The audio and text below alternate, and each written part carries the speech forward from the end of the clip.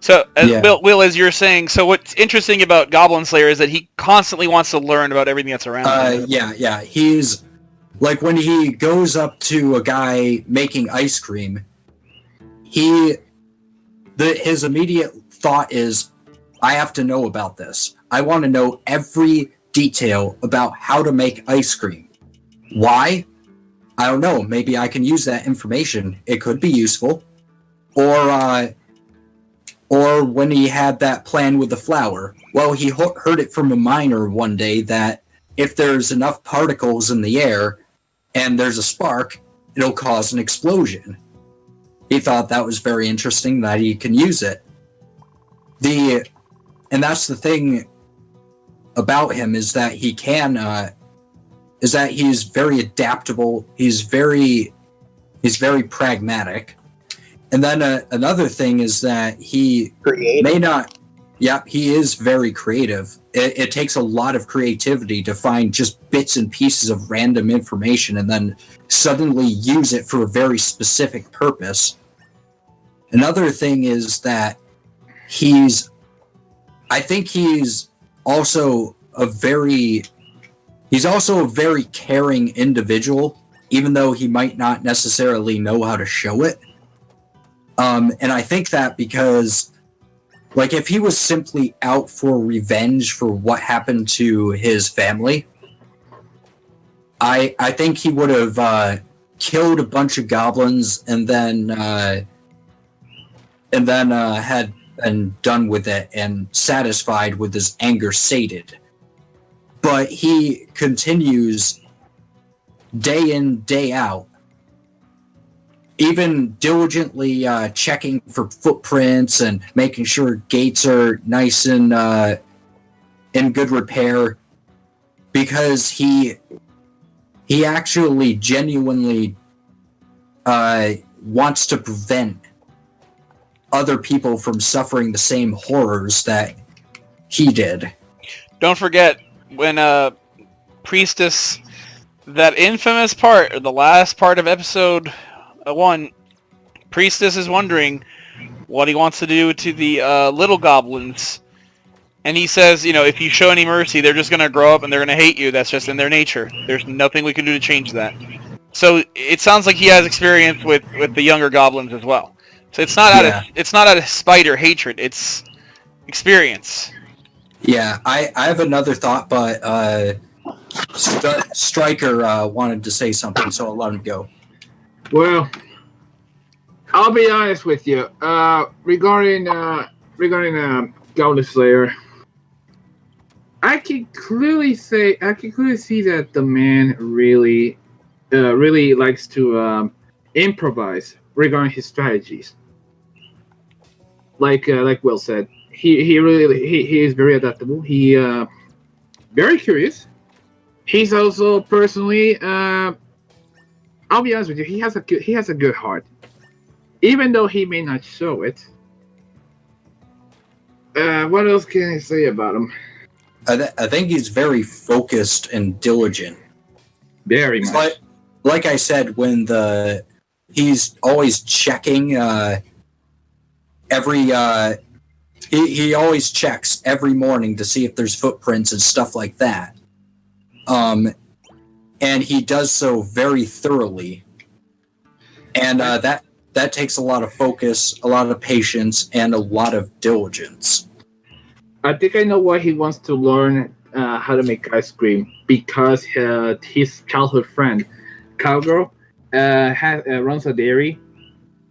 So he might be able to teach her how to make it. Yeah. Maybe that's the reason. Maybe ultimately that's what he wants to do.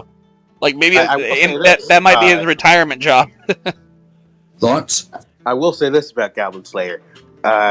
Despite maybe some obliviousness on his part, he's quite the ladies' man. Sure. Yeah, I think his sort of dense personality leads to him being quite mysterious, and that mysteriousness is very attractive to the opposite sex. Oh yeah, that's a classic trope. Yeah. especially when it comes to both the what's the chick that that the priestess has to look up to, the grand hero, the grand heroine who looks like Scooby. I know that one. I think that's Shield Maiden. Yeah, Shield Maiden. I thought it was a Sword Maiden. Sword Maiden. Sorry. Yeah, Sword Maiden. Getsuru, both you and Lewis, how much do you know about Sword Maiden? Because I've read into the manga. I don't want to keep like spoiling it, but The last interaction was the letter. got it. Yeah. That was the last interaction. I'm sure there's going to be more down the line, but I know she has that was the last one. I know she has a thing for Goblin Slayer. Oh yeah, no. Every female in the entire series does. I mean, that's just anime. For her specifically, it's because she feels like he gives her and the world hope because she saved the world, but no one knows, like, as in, no one is taking it serious that the damage to her body, like her eyesight going missing and the scars on her body, goblins did that to her, and nobody takes it serious. They'd rather think, like in her world, they would rather pass it off as, oh, that's just, battle damage. They can't comprehend the idea that was done by goblins.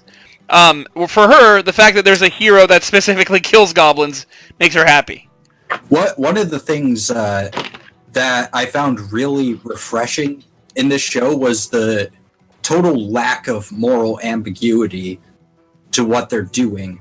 Is that in other shows, you'll see the show start out, the bad guys will do something really horrible that's completely reprehensible and cannot be forgiven, and then later on in the show, you'll see, oh, they're human too, and killing them is wrong. Screw that noise. Even though they did this and will continue to do this morally reprehensible thing, and I feel like it's very contradictory. It doesn't make any sense, and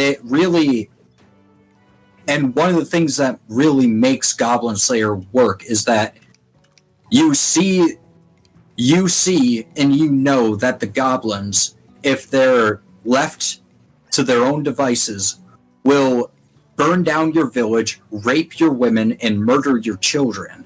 And then eat you. And then eat you. And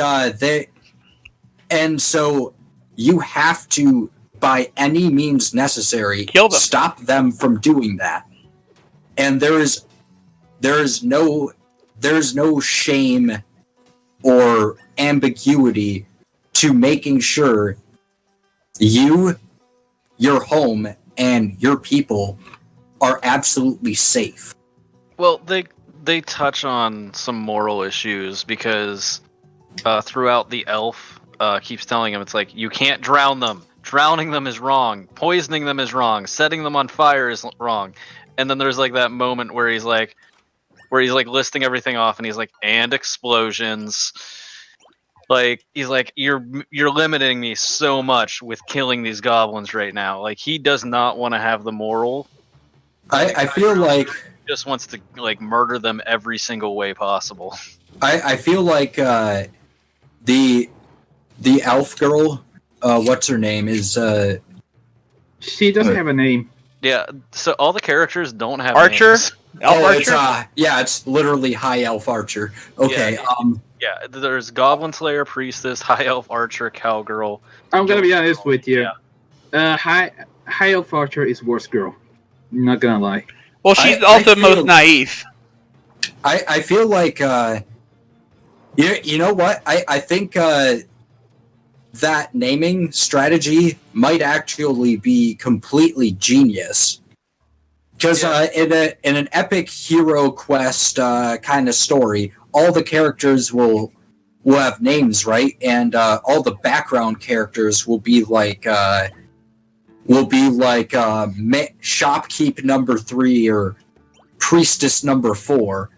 And this is a story about those people who are in the background of a much more epic plot. And so just naming them things like Goblin Slayer and Priestess and High Elf Archer. Lizard Mage. Well, Yeah. And Oh, go ahead. I was gonna say just going off into the nickname. So they half the time they refer to the high elf as Long Ears. Yeah. Orc Well, Bulg. Orc Bulg is the nickname for Ear Goblin. Cutter. No, he has a couple. Yeah, I think his nicknames come out of the elf and dwarf languages. Yeah, because when they're first trying to meet him, I don't think they're able. Like, who the fuck is this? And he's like, I don't know anyone by that name.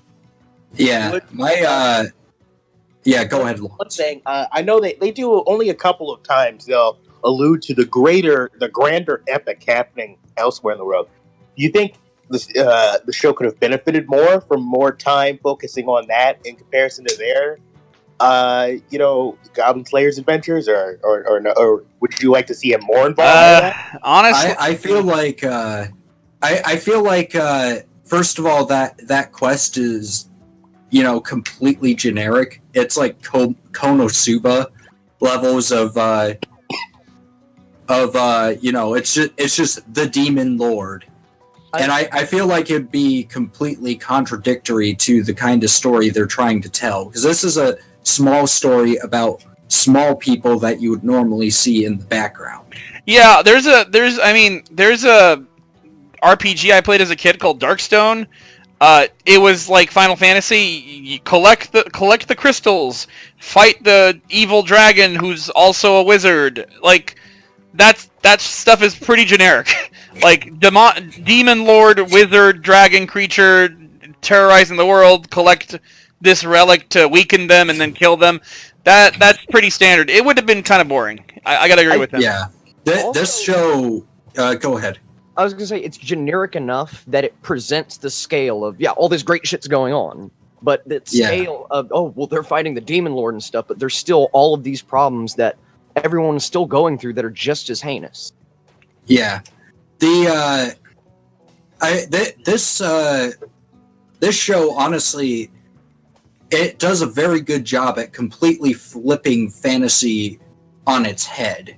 Yeah, especially fantasy anime, because not only does it have this approach of small characters, but it starts out like any other fantasy anime, or any fantasy or isekai anime, where it has this cast of cool, very standard anime-looking characters about to go on their first quest They're all quite young characters. Yeah, who are going to go on this quest, on this fantastic adventure, and then halfway through the episode, it's completely flipped on its head.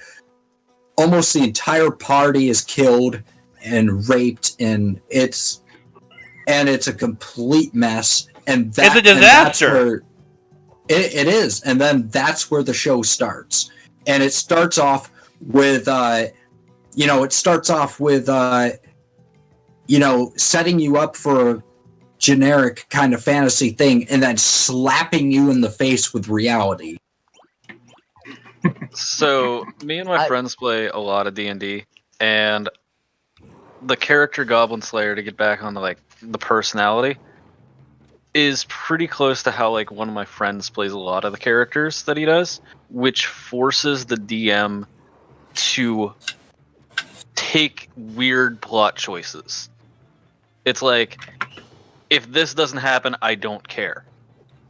It's like, oh, if there's not goblins involved, I don't care. We're not doing anything that's not goblin involved. So it also feels like this entire campaign, in a way, of where they're building to, is this character, which looks like a Dark Souls, an anime Dark Souls. Yeah. He even has the mixed gear. He has brigandine armor with heavy helmet. Yeah, he has that mixed gear. It works because it's recognizable in the West so much. And then he's standing there, in this like super happy anime, like look at like all of this colorful armor and these amazing giant weapons and all this other shit, and he just doesn't fit in perfectly, and it feels like it's inspired by one of those campaigns where one of the people was like, I'm playing this type of character, he does this thing, and he has this like story behind him, and I'm sticking to that no matter what. And the DM's like, okay, now I have to write an entire campaign about this shit. Like, that's how this feels in a lot of ways, where it's just like building into this epic thing. That actually has happened. The DMs like that I've come across, either myself or somebody else it'll start jokingly. Like a character will be a paladin or something else, and then the DM will have to work in undead and other characters who are, quote unquote, worthy adversaries for that character. Yeah, the paladin doesn't feel like fighting a bunch of these thieves. These thieves, because they don't commit necromancy and horrible atrocities that they stole apples. They're not digging up graves and resurrecting the dead. They stole apples. He's not going to kill them. Yeah, exactly. So it's like that's how this like storyline feels like to me too. So it's like it's a very familiar like laugh at like how bad the DM is probably suffering behind the scenes. We've talked a lot about all the great things about the show, and we have not really had a foul word about it yet. So what did you guys not like about it? I would love to mention it as I am the Lord of Animation. Yeah, Blackest Night here is our animation expert. He actually focuses on the style and artwork, and also because he's actually studying animation. So go ahead, please enlighten us, good sir. Ooh, boy. Oh, yeah. Ay. The CG animation in this show is subpar. Oh. Subpar, to put it lightly. The Goblin Slayer is a very complicated character design. A lot of the characters have very complicated designs if they're in the main party. But Goblin Slayer he's got detailed armor with different sort of textures going on, different styles of it going on. So it's obvious that they would have to at some point implement a CG model of him, and they did. They did early on, and it's just unfortunate that he is so poorly animated. Just poorly animated. There is quite frequently they use this walk cycle of Goblin Slayer, and it's probably some of the poorest animation I've just ever seen. I've seen better walk cycles in like early 2000s games. Yeah, it's unfortunate. I don't know what sort of production situation the show has or had, but if there was a season 2, I would like to see sort of the quality of its production improve, because I feel there's a lot of good here that's not present in other animes, and it should be, because there's a definite element of, I think, adultness, a maturity even present in Goblin Slayer that I think more anime could use. But just poor animation is sort of just all around. I can't think of any moments of just incredible sakuga is the term for the high quality Japanese animation people throw around, but like I can't really remember anything that was incredibly amazing or spectacular or like any spectacle sort of scene. It's all the animation is just serviceable, and then sometimes not even. Yeah, the animation ranged from decent to completely terrible. Especially the CG. The CG was never good. The model looks sort of low res. The walk cycle looks very awkward, and they use it at completely inappropriate times when there's just a normal scene happening it'll just suddenly be a CG Goblin Slayer. And then it's just the animation's just never good. One thing I didn't particularly like is the opening credits. I felt like the theme song just wasn't clicking with me. I feel like most of the music wasn't clicking with me anyway, but the theme song especially. As much as I'm fanboying, I'm going to have to agree with this.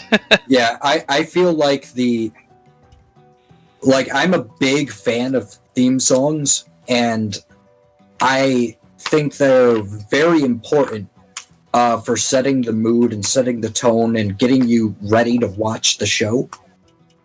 And I always look forward to a good theme song every time I watch an anime that has one. And the One theme Punch song, Man, like One Punch Man, for example, amazing theme song.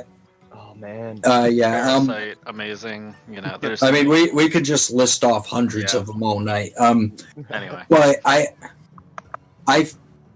I didn't find the music to be particularly compelling. It was like this kind of fantasy stuff combined with like tech, like some sort of electronica, and it wasn't very interesting. There wasn't a lot going on. It wasn't like Hadahiri, where the opening like builds into this epic crescendo and gets you really hyped. It wasn't like Bakano, where it sets this tone and atmosphere, getting you ready for the complete craziness that you're about to be watching. It wasn't like Cowboy Bebop, where it has you on the edge of your seat, ready to see some epic action and stuff like that. It was just kind of generic. there. Yeah. You know what it felt like? Can I get really quick, Lewis, before you start? I need to get this out there. I made the video game comparison for a reason. It reminded me, and I really don't want to compare it to this because I really don't like this personally. Not a huge fan of this show, though I own one of the video games. It reminded me of Sword Art Online's the tone, hack, whatever that show is called. Dot hack. Dot hack. Like it was like that Japanese subculture of, hey, it's anime, hey, it's JRPG, hey, it's anime, hey, it's JRPG. It had that. That's the vibe that I think they might be going for. Like, it's, hey, it's RPG, but also an anime. And I wasn't digging it at all. I didn't mind the opening. I kind of enjoyed some of the music. I like the music. I didn't really like the opening, is what I'll say. To be honest with you, it wasn't too bad. I dug some of the visuals in the opening, especially with the high contrast shading, and I wish more of that would have been present throughout the show. It probably doing some higher like contrast shading, like going straight black with some of the shadows, or some more flexibility with some of the animation. But I wouldn't say the music is anything to write home about. Yeah, I feel like the music was it wasn't it wasn't particularly good, but it also wasn't particularly bad throughout the show. It was just kind of serviceable. It would set the tone, but I don't even remember any of it. Same. It ended up feeling like tavern ambient music in an MMO. Like a large portion didn't really have any depth other than it's just ambience. It's just there. Well, even the action music and the music that would play during really screwed up moments, all of that Generic. Yeah, it felt like background music. It felt like elevator music. All right. So I think the other issue was I don't think this was supposed to be like the big anime of this season. I looked it up. The production studio was White Fox, and they're famous for ReZero, which had a lot of animation issues, and Steingate. So I think it was kind of like more of like one of the back projects, like setting up for a bigger anime future coming. And I'm looking at the like list of animes that were releasing this season. It was Sword Art's new season after their Gun Gale kind of spin-off. Zombieland saga came out this season. There was a new Attack on Titan. The new Index. Yeah, so I mean, yeah, there was this a lot of is very really big animes that were coming out, and a lot of them kind of went under the radar. And it seemed like a very lackluster season. And then really, I thought this is a really great season. I'm like looking at like Crunchyroll's like things. It's like a lot of the bigger animes were, but like there wasn't any like new animes that There was caught my eye. there's that time I got turned into a slime, which I'm gonna go back and watch, is very funny. Zombieland Saga is quite fun, and I heard that Bunny Girl one is a really good drama. Yeah, Rascal does not dream. And usually next week's subject, SSS Gridman, was quite next month subject. Yeah, next month. Yeah. But Gridman was hype as fuck. Yeah, like I'm like going through, and like there's not too many good big animes that came out. Like usually, usually there's only like one or two good shows each season, but we just listed off like 5 or 6 I mean, right here. Like the slime one was good. Gridman, if you were really into mechs.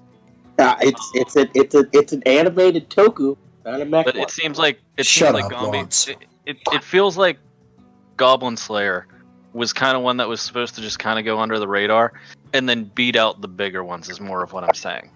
And then it worked out differently, didn't it? People like the Dark Souls aesthetic and the story.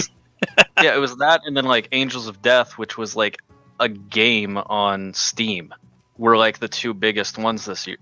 Angels of Death. I've never even heard of that. I gotta find that one. Is so good because all my friends are cosplaying Rachel and Zach. Like it's really good. I have not heard a single person talking about it. Oh, it's I don't know. Like all my friends were talking about it, and a couple of my friends cosplayed it already. So it's really good. All right. I was gonna put my 2 cents regarding the intro song, which is absolutely fucking mediocre, absolutely boring. Every time I watch the anime, after listening to it like 5 times or so, I always end up skipping it. Yeah. Go ahead. So, does anyone have any other complaints? I have one, but you guys go ahead. I'll be honest with you. Episode 10's pacing bored me to tears. Not a lot of things were going on regarding if you wanted to see the guy killing goblins and all that. I mean, to be fair, this is more about a rest episode compared to the other chapters. Yeah, I think the only other complaint I really have is episode 10.5. Oh. It's just a recap episode. I hate that. For a season that short, there's no reason for a recap like that. I don't think there is any reason for a recap at all, and I think it's complete trash.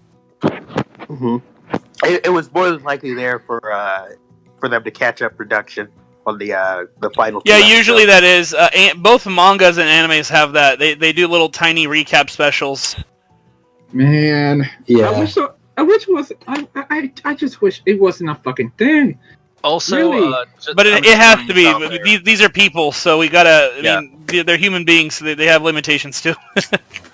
There's also this. Most anime seasons in Japan are 13 episodes. This is a 12-episode anime, so they probably threw that 10.5 in there just to give it that 13th episode so they can get through the season. Yeah. Just remember, we're also dealing with Japan on a lot of this stuff. You have to go by their standards too. Yeah. Are you guys? I don't know if there's been any word of a season 2, but would you guys be interested in seeing? Oh, more hell of it? yeah! I don't know. But I have one complaint, and it relates to Will's complaint, Neo Tokyo's complaint. It's related to that complaint. It's not the same, but the friggin' placement, man. I mean, I read the manga, and the attack on the farm does not happen when it happens in the show. I don't know. I don't. No. Hold on. It threw off the pacing. Because I'll tell you why.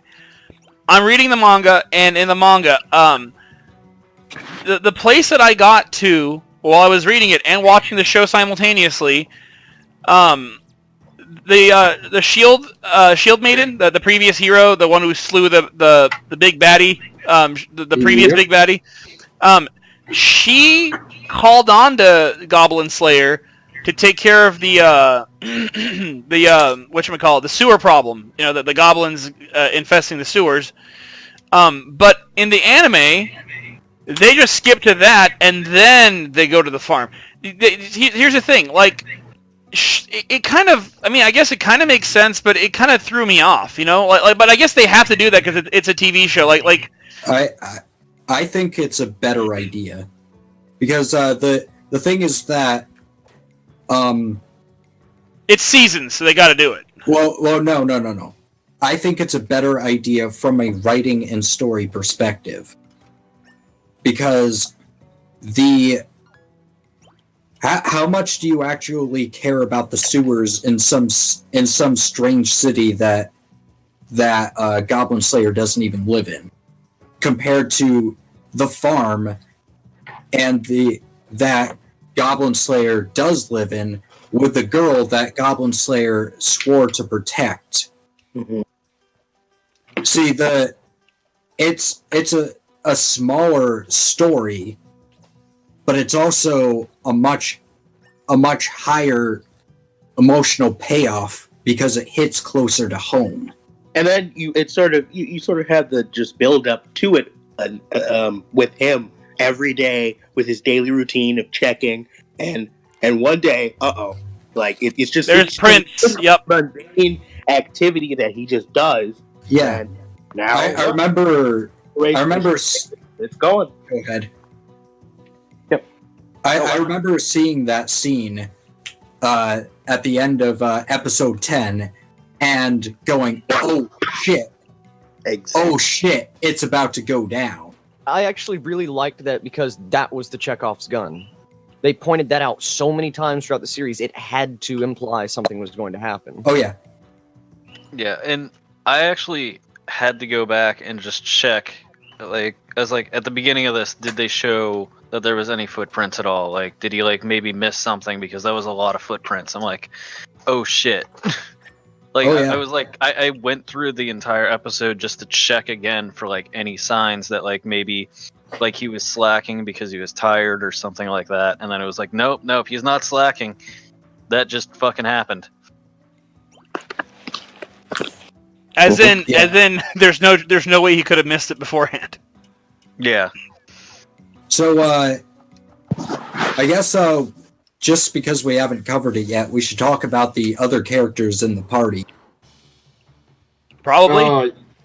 You mean what's his name? The lizard man Lizard Man and Dwarf Dude.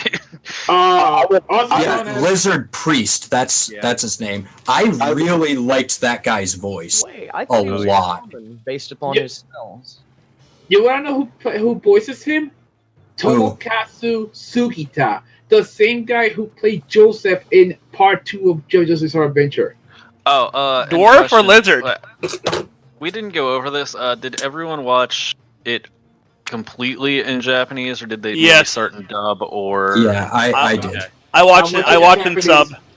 I watched it in dub first, and then because I was like, I'll just watch it in dub, and then I'll just keep up with that. And then I was like, well, I'm out of episodes and I'm really enjoying this, and I switched over. And I've gotta say, Goblin Slayer in dub is so much funnier because he just does not sound like he should be in an anime at all. Like, he sounds like he was put there. His lines are like super robotic the entire way through, and all the other characters sound like anime characters. He's like, it's Funimation. What do you expect? He's like Master Chief. That's not going to happen. It's Funimation, dude. What do you expect? Oh no, but it's so much funnier. Like, I just wanted to touch on that because it basically it doesn't even sound like he's in the same recording studio at this point. No. Everyone else sounds like they're in the recording studio, and he was at like some other recording studio, like working on like some movie or something, and like he had like the helmet on or something. Oh man, it's so funny. Honestly, I don't pay attention to the English dubs anymore. I'm going straight sub. Yeah, same here. For me, it just depends on my laziness. If I don't want to actually have to sit down and read it, I'll put it on the side on dub. I don't really like to take a lazy approach when I watch shows. Like, I really like to be just absorbed directly into it. So it's always subs for me. It's just there's certain ones for me that end up being more of a background thing, as being absorbed into it, and so I can deal with the English dub if it's not really. I mean, fair enough, but the way I see it is, if it's going to be background noise, it's probably not worth my time. Fair enough. Good. That's a good point. I would say I would hope many a person would take that to heart. If it's going to be background noise, maybe it's not viewing. I don't know. There's a lot of Yu-Gi-Oh, Pokemon, and Naruto that I've kept as background noise until I get to the actual good episodes. Yeah. Well, you said that you're trying to get to the actual good episode, so yeah, you need that background noise while you play like some other game, and it's like, oh, cool, we're finally in the war. Let's actually watch this now. All right, something but like this is beyond the Goblin. Yeah, let's go I like back the to Goblin. design for the sort of flipping of sort of design styles for the dwarf and the what like fictional race would the lizard dude be? Like it's a lizard man. Lizard Yeah, man. Lizard man. Okay. Yeah, they call them lizard men in a lot of RPGs. Okay. I don't know. I was like, it could be like a Dragonborn. Even in D&D, they're known as lizard folk. I'm gonna be perfectly honest here. Those two are fucking bros. Like, straight up, those two are the most chill characters in besides Goblin Slayer. Yeah. Yeah. I do like the a very Japanese influenced take on a dwarf as far as design. It's unique. It's a very unique combination. He's like Santa Claus. A more Native American design take on the lizard man as well. It's interesting.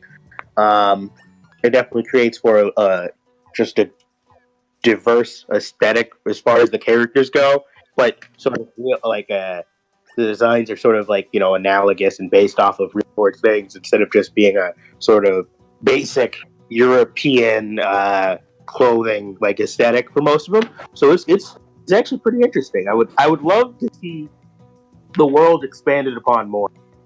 It's there's this moment where High Elf Archer kicks Goblin Slayer in the back and he falls like 10 feet, and the show just glosses over it and treats it like it's a joke. That was a strange scene. No, he just he just fell 10 feet. Like that's not okay. Dude, I got kicked in the back and fell 10 fucking feet because of a fucking Sundara elf. Do you think I'm okay? I mean that is epic levels of stoicism that I mean, even from Goblin Slayer, like, come on. And I think the most he has to say about that is just don't kick me in the back again. Later Yeah. on. Kick Soka. And then we So- get the guy's catchphrase, Soka. Oh, wait, we haven't talked about Priestess, haven't we? We have not. No, we haven't. Yeah. Yeah. I'm gonna be honest with be honest with you. I see a lot of potential in Priestess. A lot of it. I feel like there's some potential wasted with her though. It's like she is like you know, in the first episode she wets herself because she's so scared of the goblins, right? Well, then in the next time she's in pretty much the same situation. Well, what does she do? She wets herself again instead of and that could have been a Again? Yeah, Yeah, she. That could have been a- twice. that could have been a cool and interesting situation where Goblin Slayer could have like his personality. I don't want to sound. I know people laugh and make jokes. So he could have rubbed off on her.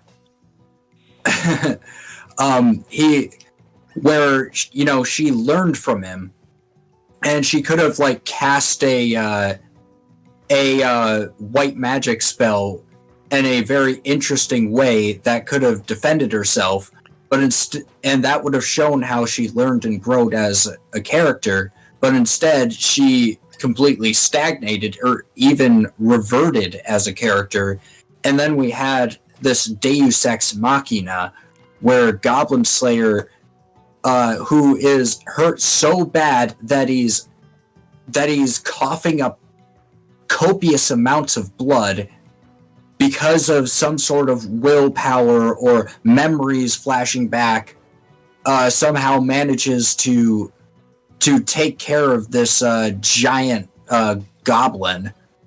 Hobgoblin, And ogre.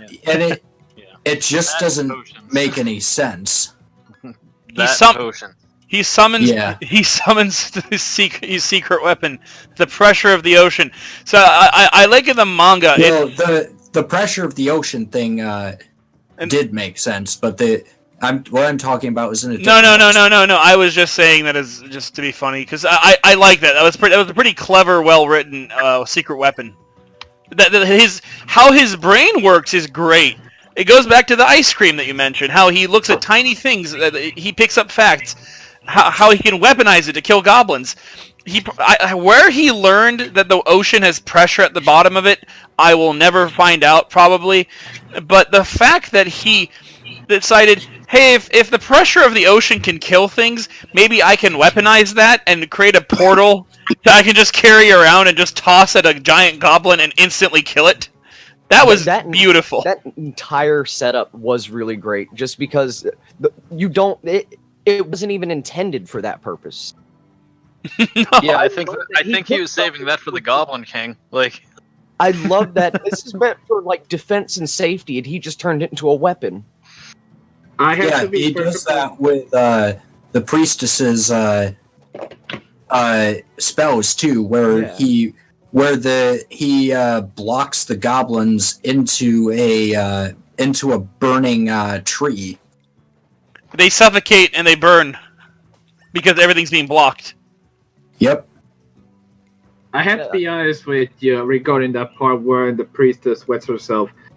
She hasn't gone over the fact that her teammates got completely blown the fuck out by a bunch of tiny green motherfucking goblins.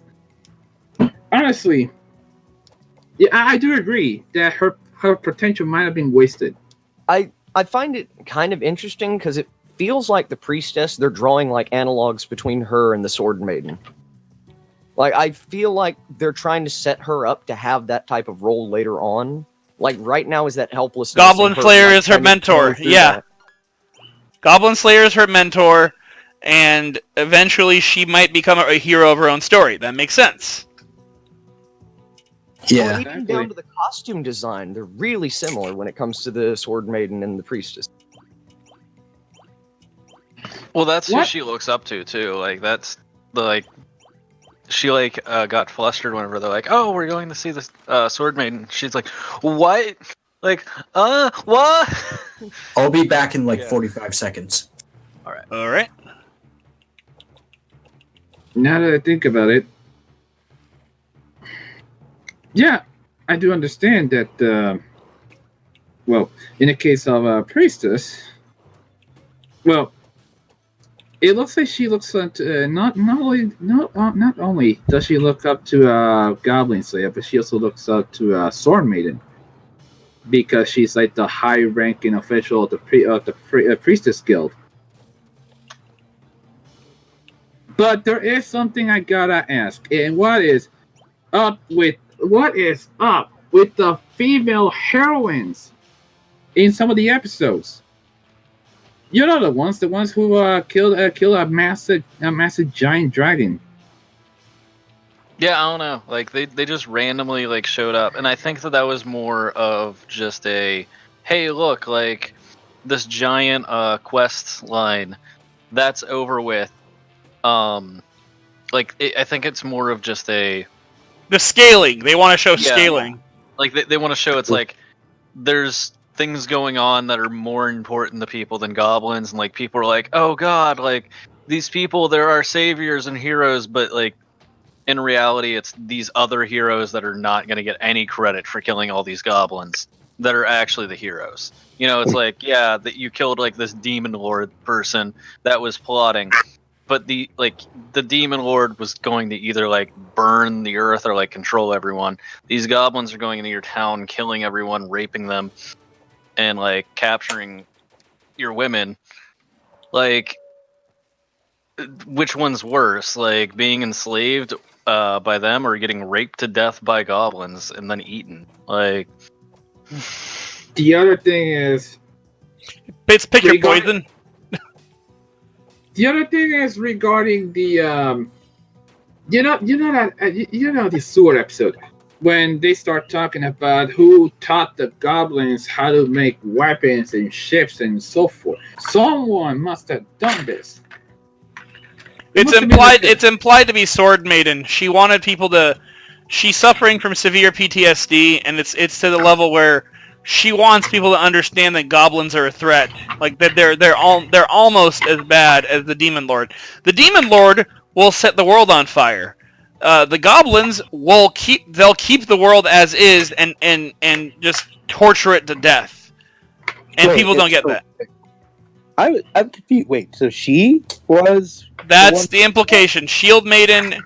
That's why Goblin Slayer says, I hope whatever you're going through, he's not going to tell another hero, like, you're fucking evil. He's going to say, he just says, I hope whatever you're going through, you figure it out. And she still, thinks of him as a good person, even though, like, that's the thing. Like, she knows what she did, but she's not, like, insecure about it. She's not going to go after him and lash out at him. Like, a lot of characters will do that when they're discovered to be the person who did something. She knows what she did, but she did it because in some, screwed up way, she was trying to get people to understand goblins are a threat. At least that's what I understood. I could be wrong. Nah, I don't think so. no, that was what she was trying to do, and Oh, wow. I somehow completely missed that. it was during like the crying confession where she was like, "Will you stay and protect me?" Yeah. Yeah, because she was the one that activated the mirror. Wow. I don't know what I thought happened then. Jesus. Well, to give you a show, we were wondering about some of the other characters, like Shield Maiden's motivation for the fact that she pretty much taught the goblins how to do pilot ships and all that, and the random female characters that appear in a couple of the episodes. Okay. What else? You guys were asking about if I would be interested in the second season. Of course. Yeah. Of course. I don't think I would. I think. Yeah. You go first. All right. Honestly, I see a little bit of potential regarding Goblin Slayer. I'm actually pretty optimistic about this show. Some things, like we pointed out, they need to get their shit together regarding the budget. But other than that, season 2 might actually be feasible in a way. Yeah, I feel like I keep saying I feel like, and I really shouldn't. This really seems like a well encapsulated self. It's a self encapsulated story. It is something that's meant to stand on its own as is. And unless it ends on a cliffhanger, I don't think there's going to be more story that needs to be told, and that a sequel would just feel like unnecessary padding rather than. It'd feel like it would feel like the Donnie Darko sequel. If you guys know that movie, it would feel out of place. I feel honestly that there was. Continuation of this story might just be better off told within the light novel and the manga adaptation. I feel like they'll do it better justice than what I'd say is just a bare bones anime production. And that's not to say that I wasn't enjoying this, and obviously I was, and I think it's a great show. It did better than Berserk, which makes me sad because I love Berserk. The CGI for Berserk just killed it. Killed it in the bad way, not the good way. I feel like making Goblin Slayer 2 would be like making Cowboy Bebop 2.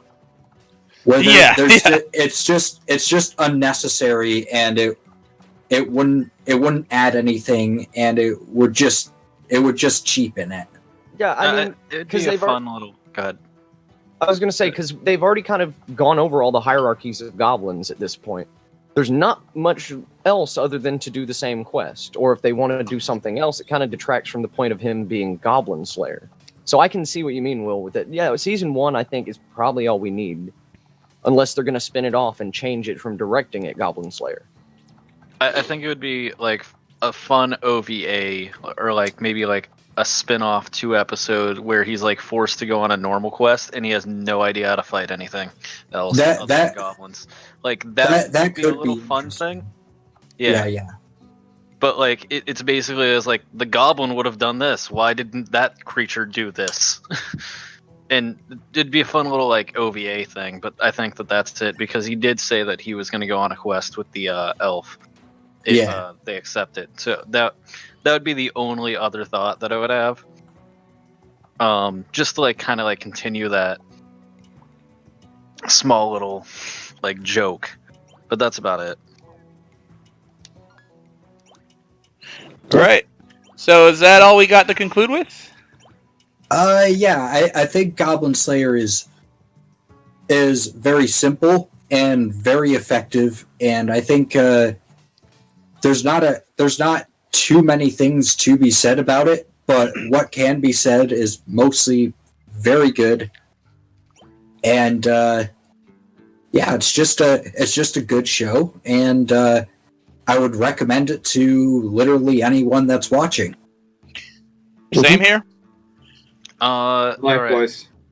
Right. Just to like wrap it up because I have up the my anime list like score from all the users. Out of 10, what would you guys rate it? I would rate it probably 8 out of 10.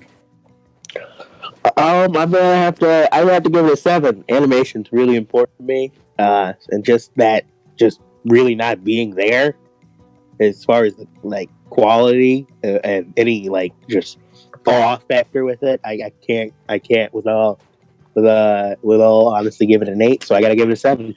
I'm gonna sound biased, but story and philosophy are a big deal to me. So 9 out of 10. So that's what I'm giving it. Really? The implementation. Okay, I'll admit the implementation's a little shoddy, but having read the manga, I'm willfully ignoring it, and I know that's kind of scummy. I'm doing what fanboys do, which is, you know, they're like, oh yeah, you know, the production value is not that great, but it's true, it's not. I'm not gonna excuse that, but knowingly, I'm gonna still say 9 out of 10. You guys go ahead, Mike and Lewis. Lewis, you want to go ahead? All right. Honestly, this is a 7. This is a 7. I was gonna rate a 7.5, but the theme and the opening and the ending song, pretty much just that. Nah, this is a 7. And if I were to recommend it to my friends, they would not give a shit about it because most of them are fucking normies who watch Dragon Ball Z. Dragon Ball Z. That is a pretty normie anime, but I love it too. It's good, but damn, dude. 676. I gotta say about 6 or 7. Mainly, the thing that gets me is their sound design. While it does have some good elements when it comes not to the music is what kills it and makes it.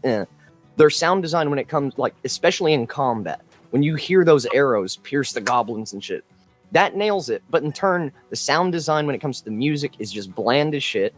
The animation, like with what Lawrence said, those things bring it down for me. But the plot and everything, fucking awesome. The plot, as someone who loves shit like D&D, old school RPGs, I used to play MMOs. All of those little references, the Lord of the Rings references here and there, the idea of you get your spells once a day, and all, actually kind of creating some of the tropes that you see in MMOs. D&D as well. Anime. Oh, even the enemy designs.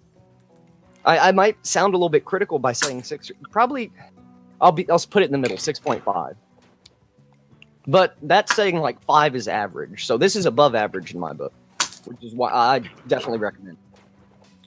Yeah, I'd give it an 8.5 just because, like, I can ignore, like, shoddy animation if the plot is good enough. Like, I'm not gonna ignore that there's these huge flaws with it, but if I'm into it and I'm just like, all right, next episode, there's something to be said to that where, like, I was just going into it like, oh, I'll just watch it in dub, and then I'm watching it in sub just, like, glued to my screen. Like, there's something about entertainment value that even if it's not the highest quality, as long as it's entertaining, that's really what has to drive home. And, like, I was hooked, so I have to give it a higher rating just on that fact. Same. Yeah, and then the average is a 7.56, so we're all kind of rounding around that 7.5 area anyway. So, yeah. So it seems like the rating is perfectly fine. Yeah. As well. So some games that rank out 7.5 actually end up being really good, and some are actually unfairly rated. In the case of God Hand. God Hand. We'll get into that at some point. We'll have a month for Fist of the North Star. Yeah. And, and I was reading through some of the like just reviews just to kind of get a general idea of what other people say, and it's either people really love this anime where they're just like, oh my god, it just reminds me of like the fantasy RPG. It's exactly what I'm looking for. So if you're looking for like that dark fantasy RPG, if you liked Dragon Age, if you like Dark Souls, if you like just playing RPGs in general, I think this is an anime for you. But there's a lot of people that were rating it like 1s and 2s because they're just like, I don't like this. So Yeah, it's either you love it or you don't. I'd say it's a very mature anime world it sort of creates, right? It's a dark one. It's not. I wouldn't say it's for the faint of heart, and I wouldn't say it's something for an anime fan who wants just a more lighthearted experience. If you want something that has some scenes that might actually turn your stomach a bit, or they're a bit intense. Yeah. You know, Even Dark Souls. Dark Souls has some implied gore. There isn't there's it's very implied. It's not direct. Even Dark Souls has some very grueling concepts. When you pay good attention. So if you like Dark Souls and your Grim Dawn and these RPGs that are a little dark, even Warhammer, this is the anime for you. If you think that stuff is a little too dark, I don't think you're not gonna have a good time. It's a bit weird that the anime got the reaction it did. Just because I've seen just a bunch of older animes and OVAs and sort of same history of anime that were brought over to the United States. It's just strange to sort of see like how things have changed, because there were, I'd say, a lot more older animes were just filled to the brim with content worse than Goblin Slayer. Friggin' Berserk the original. Berserk the original is just God, yeah. Well, even if you, I'm talking about some of the crazier OVAs, man. I know what you're talking about. Even if you've seen Perfect Blue, you probably have already seen stuff that's about on the level of Screwed Up as the first episode of Goblin Slayer. Mm-hmm. I'd say it's a weird sort of. I think it might even end up, like, especially the first episode, becoming a sort of litmus test as to what kind of anime fan you are. It's bizarre because the content has been something that has just been dialed down throughout anime's proliferation. I'd say in the West and just in the evolution out of the crazy OVAs that focused on hyperviolence and gore. So it's just interesting. It was just an interesting observation to just see such a flip out from a lot of fans who were like, "Whoa, this sort of content is too violent." But that sort of content was everywhere for quite a long time, and it just shows that how far anime is changed and what has become popular, especially with the sort of seasonal thing. Well, we went from Akira to Evangelion or Evangelion, however you want to pronounce that, to friggin' Dragon Ball Z to dare I say Naruto, Bleach, that era, and then we went to friggin' Ikki Tosen. And then from that era, we've gone straight to this, and it's like a shock for people who are new to this.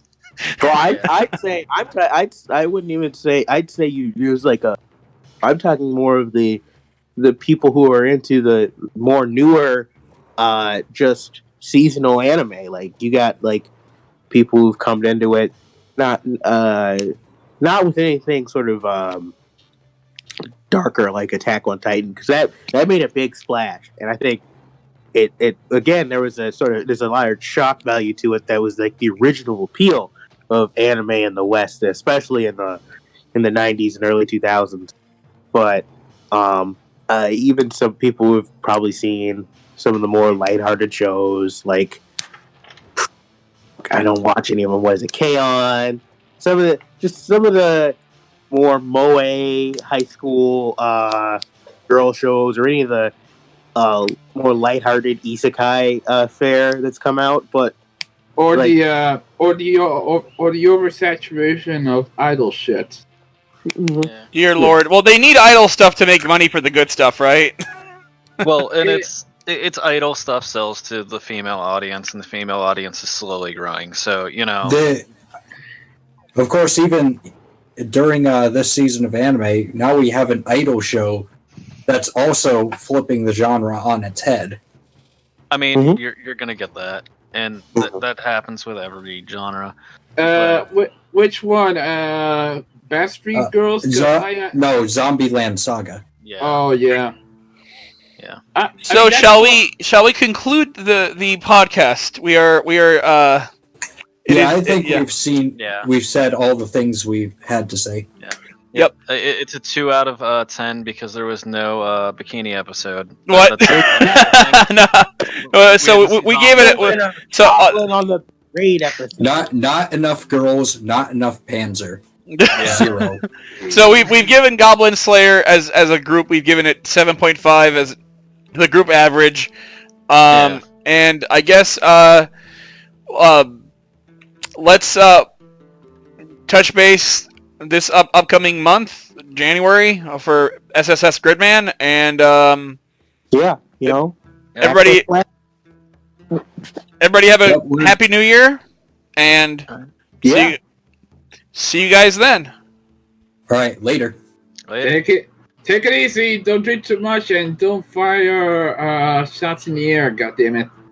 Don't forget to drink plenty of whiskey. 676 signing off.